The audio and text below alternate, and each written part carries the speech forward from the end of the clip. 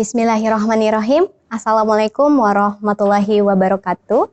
Alhamdulillah, pada kesempatan hari ini kita bisa bertemu lagi teman-teman mahasiswa untuk materi perkuliahan di Pendidikan Kewarganegaraan. Perkenalkan, nama saya Syifa Siti Aulia. Sebelum mulai perkuliahan, mari kita berdoa terlebih dahulu. Rabbi zidni ilma warzuqni fahma. Hari ini kita akan membahas tentang integrasi nasional. Materi pembelajaran yang akan nanti kita diskusikan adalah kaitannya dengan keanekaragaman masyarakat Indonesia, juga tentang bagaimana dinamika dan tantangan keanekaragaman masyarakat Indonesia, juga tentang strategi integrasi nasional, juga yang tidak lupa tentunya kita akan bahas tentang isu-isu aktual integrasi nasional. Teman-teman mahasiswa, sudah kita ketahui bahwa keanekaragaman masyarakat Indonesia itu memang tidak bisa dipungkiri. Itu adalah hal yang memang ada. Sudah lama kita menyadari bahwa masyarakat Indonesia terdiri dari masyarakat yang memang berbeda suku, agama, bahasa, juga budaya. Hal ini tentunya harus kita nikmati dengan cara bagaimana kemudian kita tetap bisa menjadi satu. Teman-teman mahasiswa, kita tahu dengan karakteristik masyarakat majemuk di Indonesia ini, tentunya ini menjadi potensi dua hal. Hal ini bisa menjadi persatuan bagi bangsa Indonesia, tapi di sisi lain juga bisa menjadi potensi untuk perpecahan.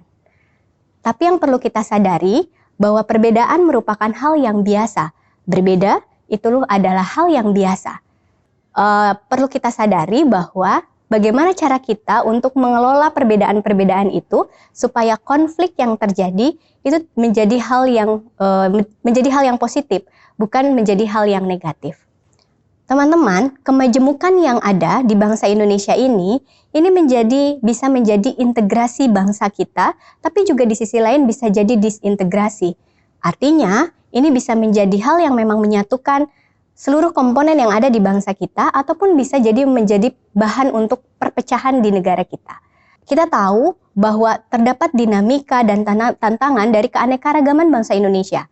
Mulai dari masa saat reformasi di tahun 1998, banyak konflik yang terjadi yang kaitannya dengan keanekaragaman di masyarakat Indonesia.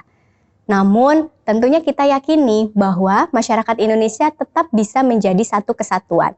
Hal inilah yang memang diharapkan dari integrasi nasional. Banyak sekali kebijakan-kebijakan pemerintah yang kita ketahui tidak sesuai dengan harapan masyarakat.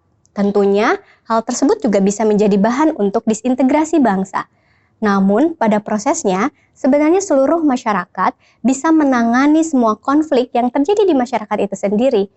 Tadi, seperti yang saya sampaikan, konflik itu adalah hal yang lumrah, konflik itu adalah hal yang biasa, konflik itu yang memang harus ada, tapi bagaimana caranya kemudian kita menangani konflik, itu yang perlu kita pikirkan bersama.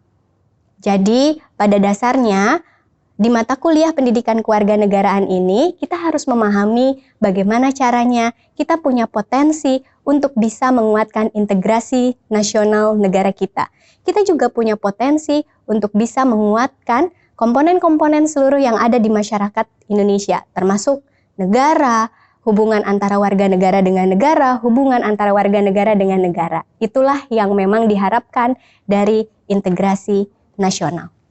Tentunya, kerjasama kelompok masyarakat, kemudian kesediaan untuk siap hidup berdampingan dengan perbedaan, itu menjadi hal yang memang perlu kita lakukan bersama-sama. Salah satunya, ketika kita menjadi mahasiswa, hal yang perlu kita lakukan adalah kita terbiasa dengan segala macam perbedaan yang ada. Segala macam memang yang berbeda dengan kita. Jadi, poinnya, berbeda itu biasa, gitu ya. Itu yang harus kita sadari supaya integrasi bisa terjadi. Berbeda adalah hal yang lumrah. Bukan berarti dengan perbedaan itu kita jadi ada konflik yang memang itu menimbulkan perpecahan. Berbeda itu adalah hal biasa, berbeda itu adalah hal lumrah, dan memang kita bisa menghadapi perbedaan yang ada. Caranya bagaimana? Tadi, meminimalisir konflik dengan cara kita sadar. Kita punya awareness bahwa berbeda itu adalah hal yang memang harus kita hadapi. Dan itu menjadi hal yang memang kita biasa lakukan. Gitu. berbeda di kehidupan masyarakat, berbeda dalam kehidupan beragama, berbeda dalam kehidupan budaya, itu memang sesuatu yang menjadi lumrah dan biasa. Bagaimana kemudian kita punya strategi untuk supaya integrasi nasional ini bisa terwujud? Dengan cara tadi, satu, kita memahami bahwa perbedaan adalah hal yang biasa. Bahkan kalau secara konseptual ada dua hal yang memang bisa kita lakukan. Ada strategi asimilasi dan juga ada strategi yang sifatnya akulturasi. Strategi asimilasi itu apa?